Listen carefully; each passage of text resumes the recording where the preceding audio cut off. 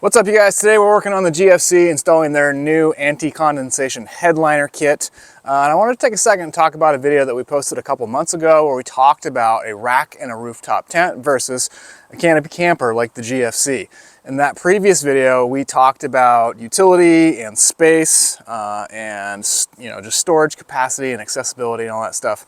But today I really wanted to talk about the two big elements that we didn't talk about in that first video, which is price and weight. That's what we're going to do next.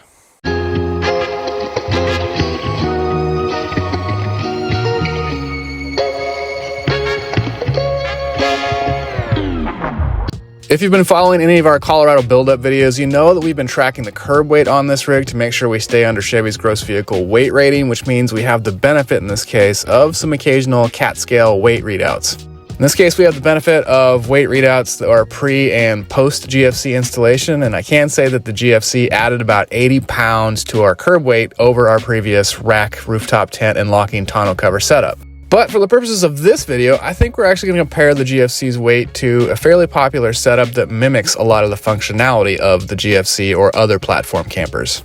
We'll start by looking at the price and weight of a decked drawer system, which I think mimics the platform campers in that you get some weather-resistant locking storage capacity. Currently August of 2024, and on the Decked website, they have the drawer system for a second-gen Colorado priced at $1,600 with a spec'd weight of 177 pounds. Next up, we need a full height bed rack for this hypothetical build-out. A popular choice is the Lightner ACS Forged. It's only 85 pounds. It does come in at around $1,650.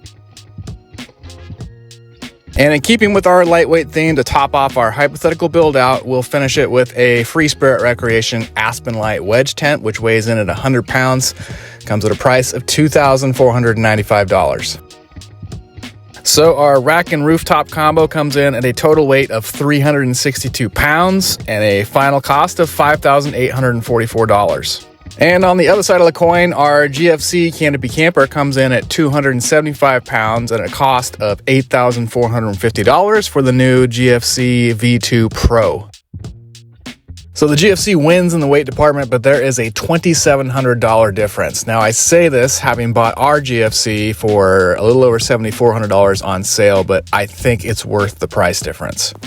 One clear benefit to the rack and rooftop tent combo is that you can buy those components over time as money allows and slowly put them together. With the GFC, there are financing options. One of the things that pushed me over the edge into getting our Go Fast was that I was able to finance it for 0% over 18 months. Also, GFC is not the only game in town. You can get a base model Lone Peak Canopy camper for $5,995 if you don't necessarily need the low weight and strength that GFC offers. Switching from our rack and rooftop tent combo to the GFC has just opened up so much more storage space as well as shelter space, even when the tent's not deployed. Outside of the increase in storage and shelter space, I really do think that the durability of the Go Fast is also worth the extra money. I can get replacement parts easily. They're only a phone call away and they're going to ship from Montana versus having to come over on a boat from some overseas factory.